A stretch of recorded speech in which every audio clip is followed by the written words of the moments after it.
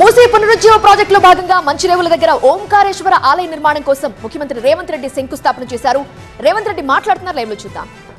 ఇక్కడికి విచ్చేసిన ప్రజాప్రతినిధులు, ఈ ప్రాంత ప్రజలకు, వ్యవసాయ కమిషన్ చైర్మన్ పర్సన్ గారికి, ఇతర సభ్యులందరికీ, ప్రత్యేకంగా నేషనల్ టీవీ 9 ఇన్ఛార్జ్ శర్మ గారు ఈ ప్రత్యేకంగా కాశీ నుంచి గంగా జలాలను తీసుకొచ్చి ఈ పునాది రాయి కార్యక్రమంలో ఒక చారిత్రాత్మకమైన మందిరాన్ని పునరుద్ధరించుకునే అవకాశం ఇది చరిత్రలో ఎప్పుడో ఒకసారి ఎవరికో ఒకరికి వస్తుంది. ఇది యథాలాపంగా ఏదో ఒక అభివృద్ధి కార్యక్రమంలో భాగంగా ఈనాటి కార్యక్రమం జరుగుతుంది అని నేను భావించడం లేదు. ఇది దైవేచ్ఛగా పెద్దల నానుడి ప్రకారం శివుడాజ్ఞ లేనిదే చీమైన కుట్టదు అన్నట్టుగా ఇంత గొప్ప కార్యక్రమాన్ని ఈనాడు మా ప్రభుత్వానికి ప్రజలకు అందించే అవకాశం ఇచ్చిండ్రు అనంటే ఇది గొప్ప భగవత్ కార్యము అని చెప్పి మా మంత్రివర్గం భావిస్తుంది.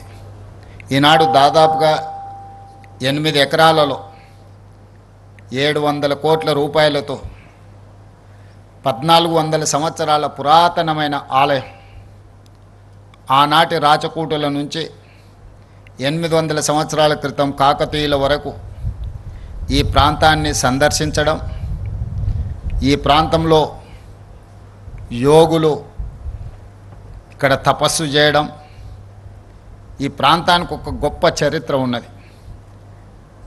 ఈ చరిత్ర కనుమరుగు కాకూడదు, ఈ చరిత్రను భవిష్యత్ తరాలకు అందించాలన్న ఆలోచన, ముఖ్యంగా మచ్కుందా నది వికారాబాద్ అడవుల్లో పుట్టి మూసీ నదిగా మారి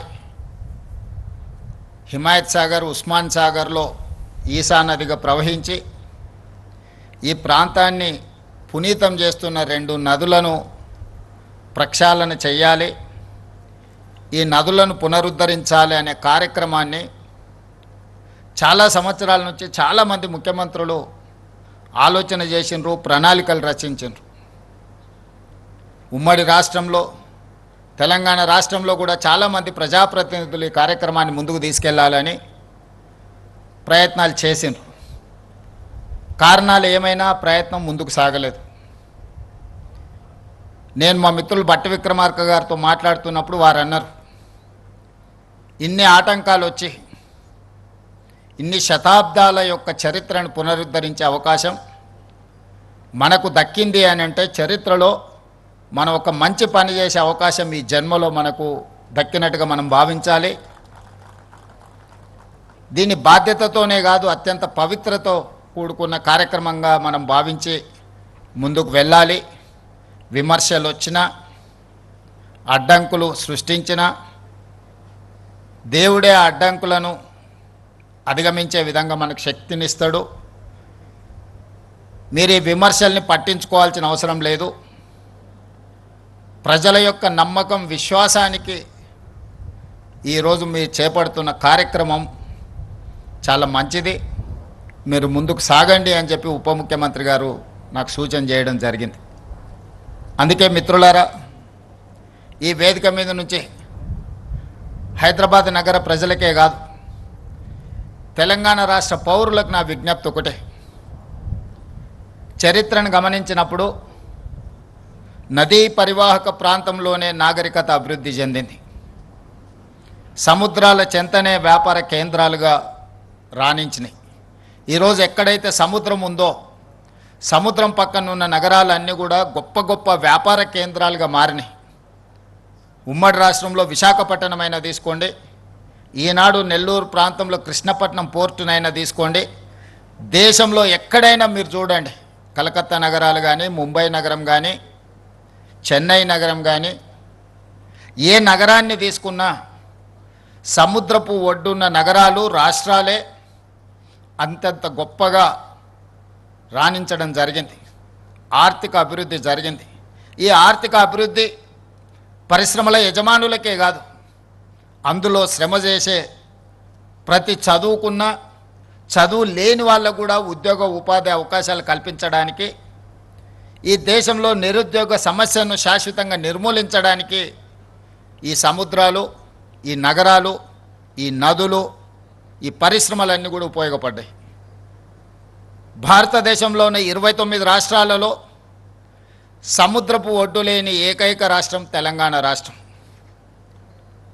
మనకు అన్నీ ఉన్న సముద్రపు ఒడ్డు లేకపోవడం, మనకు కృష్ణా, గోదావరి, అదేవిధంగా మూసి, ఈసా నదులు ఉన్న ఈ నదులను సరైన విధంగా ఒడిసి పట్టుకుపోవడం వల్ల, ఈ నదీ జలాలను సరైన విధంగా వినియోగించుకోకపోవడం వల్ల కొన్ని తరాలు నష్టపోయినాయి. వీటిని వినియోగించకపోతే పర్వాలేదు, కానీ వీటిని కలుషితం చేసి కాలుష్యం వెదజల్లే పరిశ్రమలుగా ఈ నదులను మనం తయారు చేసినాం. ఇది ప్రకృతి వల్ల జరిగింది కాదు, ఇది ప్రజల వల్ల జరిగిన తప్పిదం, ఇది మానవ తప్పిదం. ఈ మానవ తప్పిదాన్ని తెలిసో తెలియకనో, ఆనాడు పరిస్థితులు లేకనో ఈ తప్పిదాలకు పాల్పడడం వల్ల గొప్ప చరిత్ర కలిగిన హైదరాబాదు నగరమే కనుమరుగయ్యే పరిస్థితులు ఈనాడు దాపురించినాయి. దీనికి ఉదాహరణే ఢిల్లీ నగరం. ఢిల్లీ రాజకీయ కేంద్రం. ప్రధానమంత్రి, రాష్ట్రపతి, పార్లమెంటు భవనాల నుంచి సుప్రీంకోర్టు వరకు పెద్ద పెద్ద విద్యా సంస్థలు, పెద్ద పెద్ద విదేశీ పెట్టుబడులు వచ్చిన ఢిల్లీ నగరం ఈరోజు ఆ నగరం వెదజల్లుతున్న కాలుష్యం వల్ల ఈరోజు ఆ నగరంలో జనజీవనం స్తంభించింది. వాహనాలను ప్రభుత్వమే నిలిపేసింది, పాఠశాలలను ప్రభుత్వమే బంద్ పెడుతుంది, ప్రభుత్వ కార్యాలయాలనే ప్రభుత్వం సెలవులు ప్రకటిస్తుంది, పార్లమెంటు కూడా సెలవులు ప్రకటించవలసిన పరిస్థితి వచ్చింది.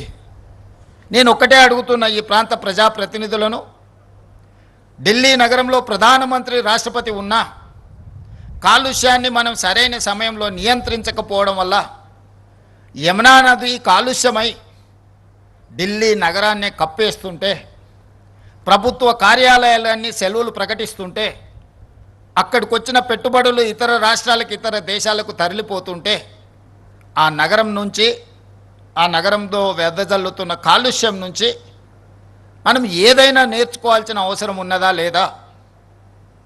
ఈరోజు తాత్కాలికమైన రాజకీయ ప్రయోజనాల కోసము, భవిష్యత్ తరాల కోసం చేస్తున్న అభివృద్ధి, నిలబెడుతున్న సంస్కృతిని అడ్డుకోవడము ఏ సంస్కృతికి ఇది తార్కణం అని చెప్పి నేను అడగదలుచుకున్నా. ఈనాడు ఈ మూసీ నదీ పరివాహక ప్రాంతంలో మూసీ నదిని ప్రక్షాళన చేయడం ద్వారా మూసీ నదీ పరివాహక ప్రాంతంలో మన విశ్వాసాలైన మనం ఆచరిస్తున్న హిందూ మతం కావచ్చు, ముస్లిం మతం కావచ్చు, క్రిస్టియన్ మతం కావచ్చు, లేదా సిక్కులు ఆచరిస్తున్న మత విశ్వాసాలు కావచ్చు, హైదరాబాద్ నగరం మత సామరస్యానికి ఒక వేదిక. ఈ మత సామరస్యానికి వేదికైన మూసా, ఈసా నదుల యొక్క పరివాహక ప్రాంతంలో మంచిరేవుల గ్రామంలో గండిపేట పరిధిలో ఈనాడు మచిలేశ్వర స్వామి, ఓంకారేశ్వర స్వామి ఈ రాష్ట్రంలో, ఈ దేశంలో అత్యధికంగా విశ్వసించే శివుడి భక్తులకు ఒక అద్భుతమైన ఆలయాన్ని ప్రాంతంలో నిర్మించాలి, 1400 సంవత్సరాల చరిత్రను పునరుద్ధరించాలి అని మొట్టమొదట గండిపేట ప్రాంతంలో మూసీ నది ప్రక్షాళనకు సంబంధించి ఈశ్వరుడి ఆశీర్వాదంతో ఈనాడు ఈ కార్యక్రమాన్ని మా ప్రభుత్వం చేపట్టింది. అన్ని అడ్డంకులను ఈశ్వరుడే తొలగిస్తాడని ఎవరైనా దీని మీద దుష్ప్రచారం చేసినా, దీనికి పెడార్థాలు అంటగట్టిన ఈ రాష్ట్ర ప్రభుత్వం శివతాండవం చేస్తుందని చెప్పి నేను ఈ వేదిక మీద నుంచే సవినయంగా నేను చెప్పదలుచుకున్నా. ముందుకి తరలిపోయిన తర్వాత అత్యధిక ముస్లిం జనాభా ఉండే చార్మినార్ ప్రాంతంలో మక్కా మసీద్ చరిత్రలోనే ఒక గొప్ప గుర్తింపు పొందింది. ఆ ప్రాంతంలో ఒక అద్భుతమైన మసీదును నిర్మించడం ద్వారా లక్షలాది మంది ముస్లిం మైనారిటీ సోదరుల యొక్క మత విశ్వాసాన్ని చురగొనే విధంగా, ప్రార్థనలు చేసుకునే విధంగా మూసీ నది పరివాహక ప్రాంతంలో ఒక అద్భుతమైన మసీదును కూడా మనం నిర్మించాలనుకుంటున్నాం. ఇంకా కొంచెం ముందుకు సాగితే సిక్ చావుని గౌలిగూడ ప్రాంతంలో మా సిక్ సోదరులు చాలామంది అక్కడ నివసిస్తారు. ఆ ప్రాంతానికి ఒక చరిత్ర ఉన్నది. అక్కడ ఒక గొప్ప స్వర్ణ దేవాలయం లాంటి సిక్ సోదరుల యొక్క విశ్వాసానికి ఒక మందిరాన్ని నిర్మించాలి ఈ మూసీ నది పరివాహక ప్రాంతంలో అని చెప్పి ఈనాడు మా ప్రభుత్వం భావిస్తుంది. అలా ముందుకెళ్ళిన తర్వాత ఉప్పల్ నాగోల్ ప్రాంతంలో ఒక అద్భుతమైన చర్చ్ను మెదక్లో 100 సంవత్సరాల క్రితం అంతకంటే ముందే కరువు వచ్చినప్పుడు ఒక అద్భుతమైన చర్చిని ఆ ప్రాంత ప్రజలకు జీవనోపాధి కల్పించడానికి, ఆకలి తీర్చడానికి ఆనాడు ఒక అద్భుతమైన చర్చ్ను నిర్మించడం జరిగింది. ఆ స్ఫూర్తితోటి ఉప్పల్ నాగోలు ప్రాంతంలో క్రిస్టియన్ సోదరుల కోసం కూడా ఒక అద్భుతమైన చర్చ్ను నిర్మించడం ద్వారా మూసా ఈసా నదులు వికారాబాద్ మచ్కుందా నదిలో మొదలై 240 కిలోమీటర్లు ప్రవహించి రంగారెడ్డి జిల్లా, హైదరాబాద్ జిల్లా, నల్గొండ జిల్లాలో వాడపల్లిలో కృష్ణా నదిలో కలవబోతుంది. ఇది ఒక సంస్కృతికి, సాంప్రదాయాలకు, ఈ ప్రాంత ప్రజలకు, రైతులకు ఒక అద్భుతమైన పర్యాటక కేంద్రంగా, ఒక అద్భుతమైన వ్యాపార కేంద్రంగా, ఒక అద్భుతమైన ధ్యాన మందిరాలతో, సంస్కృతి సాంప్రదాయాలతో అభివృద్ధి చేయాలని ఈనాడు ఈ కార్యక్రమాన్ని చేపట్టడం జరిగింది. మీరు అనుకోవచ్చు, మరి మూసా ఈసా నదులు సంవత్సరం మొత్తం ప్రవహించవు కదా, వర్షాకాలంలోనే నీళ్ళు వస్తాయి. వికారాబాద్ ప్రాంతం నుంచి కానీ, పరిగి ప్రాంతం నుంచి కానీ ఈ నదులకు నీళ్ళు వచ్చినప్పుడు నీళ్లు ఉంటాయి. మరి మిగతా సమయంలో నదీ పరివాహక ప్రాంతంలో నీళ్లు ఎలా అని, దానికి పరిష్కారమే గోదావరి నదీ జలాలను 20 టీఎంసీలను తరలించి 8 నెలల క్రితమే పనులను చేపట్టడం జరిగింది. పనులు వేగంగా జరుగుతున్నాయి. 20 టీఎంసీ గోదావరి నదీ నీళ్లను హైదరాబాదు నగరానికి తరలించి తాగునీటి సమస్యను, పరిశ్రమల యొక్క నీటి అవసరాన్ని, అదేవిధంగా ఉస్మాన్ సాగర్, హిమాయత్ సాగర్లో 2.5 టీఎంసీల నీటిని విడిచి ఎప్పుడు మూసీ నదిలో నీళ్లు ప్రవహించే విధంగా ఈరోజు కార్యాచరణ చేపట్టి పనులు వేగంగా జరుగుతున్నాయి. ఈరోజు ఇది ప్రక్షాళన చేయాల్సిన అత్యవసరం. నిత్యావసర వస్తువుల కంటే కూడా ఇది అత్యవసరం. ఈ ప్రాంతంలో రంగారెడ్డి జిల్లాలో, హైదరాబాదు నగరంలో వెదజల్లుతున్న కాలుష్యం, పరిశ్రమల యొక్క కాలుష్యాన్ని, హైదరాబాదు నగరంలో ఉన్న డ్రైనేజ్ వ్యవస్థ మొత్తం దాదాపుగా 785 స్క్వేర్ కిలోమీటర్ల ప్రాంతంలో ప్రజలు నివసిస్తున్న, 1 కోటి మంది ప్రజలు నివసిస్తున్న, విసర్జిస్తున్న మలినాలు అన్నీ కూడా మూసీ నదిలో కలుస్తున్నాయి. ఇవే కాదు, ప్రమాదవశాత్తు మనుషులు చనిపోయినా, ప్రమాదవశాత్తు పశు సంపద చనిపోయినా, పశువుల కలేబరాలు, మనుషుల కలేబరాలు, పరిశ్రమల యొక్క కాలుష్యము, ఈ ప్రాంతం యొక్క డ్రైనేజ్ వ్యవస్థ మొత్తం మూసీ నదిలో కలవడం, ఈ మూసీ నది ప్రవహించి రంగారెడ్డి జిల్లాను దాటి నల్గొండ జిల్లాలో ఈరోజు శాసనసభ్యులు, భువనగిరి శాసనసభ్యులు అనిల్ మిత్రుడు ఇక్కడ ఉన్నాడు, బీర్ల ఐలయ్య అక్కడ ఉన్నాడు. ఆ నియోజకవర్గాల ప్రజల గోడు వింటే రాయి అయినా కరుగుతుంది. రాయి కంటే కఠిన హృదయులు ఎవడైనా ఉంటే మాత్రం వాళ్ళకు ఆ ప్రజల కష్టాలు తెలియవు.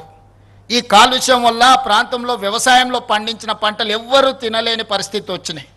వాళ్ళు పండించింది ఎక్కడో అమ్ముకొని అగ్గుకు సగ్గుకు ఇతర ప్రాంతాలలో పండించిన వ్యవసాయ ఉత్పత్తులను ఈరోజు తినే పరిస్థితి. నూతనంగా పెళ్ళైన కొడుకు, కోడళ్ళ నా ప్రాంతంలో ఉంటే పుట్టబోయే పిల్లలు ఈ కాలుష్యంతో కూడుకున్న నీళ్లను తాగి, కాలుష్యంతో కూడుకున్న పంటలను తినడం ద్వారా పిల్లలకి ఎక్కడ లేని జబ్బులు వస్తున్నాయని నూతనంగా పెళ్ళిళ్ళైతే ఆ గ్రామాల నుంచి పట్టణానికో ఇతర ప్రాంతాలకో యువ దంపతులను తరలి వెళ్ళే విధంగా తల్లిదండ్రులు ప్రోత్సహిస్తున్నారు. పుట్టిన ఊరిలో పెంచి పెద్ద చేసిన తల్లిదండ్రుల చెంతన ఉండలేని పరిస్థితి ఈరోజు నల్గొండ జిల్లాకు వచ్చింది. ప్రకృతి వల్ల వాళ్ళని ఫ్లోరైడ్ వెంటాడుతుంది.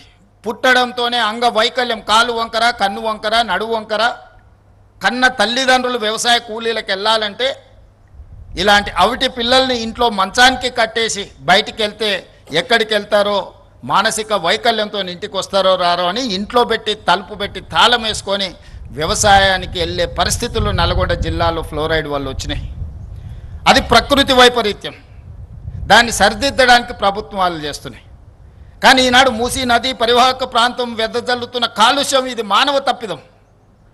ఇది ప్రకృతి వైపరీత్యం కాదు, మానవ తప్పిదం. మానవ తప్పిదాన్ని సరిదిద్దడానికి మనం ప్రయత్నం చేయకపోతే చరిత్ర మనల్ని క్షమించదు. అందుకే ఈనాడు శ్రమ అయినా ఖర్చుతో కూడుకున్నదైనా మూసీ నది ప్రక్షాళన చెయ్యవలసిందే అనే కార్యక్రమాన్ని మా మంత్రివర్గ సహచరులందరూ భుజం తట్టి చెప్పడం, ఈ పరివాహక ప్రాంతంలో ఉన్న ప్రతి శాసనసభ్యుడు పార్టీలకు అతీతంగా, ఈనాడు యాదయ్య గారైనా లేకపోతే వికారాబాద్ ప్రసాద్ కుమార్ గారైనా లేకపోతే మా మిత్రులు ప్రకాష్ గౌడ్ గారైనా, కిందికెళ్తే ఎంఐఎం శాసనసభ్యులైనా, ఆ కిందికెళ్తే ఉండే నల్లగొండ వరకు ఉండే వాళ్ళందరూ ఈ పరివాహక ప్రాంతంలో ప్రాతినిధ్యం వహిస్తున్న కౌన్సిలర్లు, కార్పొరేటర్లు, సర్పంచులు, ఎమ్మెల్యేలు, ఎంపీలు అందరూ ఈ నదిని ప్రక్షాళన చేయాల్సిందే, మూసీ నదిని పునరుద్ధరించాల్సిందే. ప్రభుత్వం ఈ కార్యక్రమాన్ని నిరాకటంకంగా కొనసాగించాలని చెప్తున్నారు. కొద్దిమంది స్వార్థ ప్రయోజనం ఉన్నవాళ్ళు రాజకీయ ప్రయోజనాన్ని ఆశించి మేము చెయ్యలేని పని మీరు ఎవ్వరూ చెయ్యొద్దు అని, మీరు చేస్తే మీకు మంచి పేరు వస్తుంది, మేము చేయలేదు కాబట్టి మీరు చేయవద్దని ఒక అక్క ఈ ప్రాంతం నుంచి 45 సంవత్సరాల కుటుంబం 100% రాజకీయ ప్రయోజనం పొందినారు, అన్ని పదవులు అనుభవించారు. ఈ ప్రజలు ఇవ్వందే లేదా అక్కకు. ఇవాళ అక్క కొడుకు నేషనల్ గ్రీన్ ట్రిబ్యునల్లో ఈ పనిని ఆపమని కేసేసిండు. ఆ అక్క మనసు ఎట్లొప్పుకున్నదో వాళ్ళ కొడుకును ఇట్లాంటి తప్పుడు కేసులను నేషనల్ గ్రీన్ ట్రిబ్యునల్లో వేయించడానికని నేను అడుగుతున్నా. ఆ అక్కకి ప్రాంత ప్రజలు ఓట్లు వేయలేదా? వాళ్ళ కుటుంబాన్ని ఆశీర్వదించలేదా?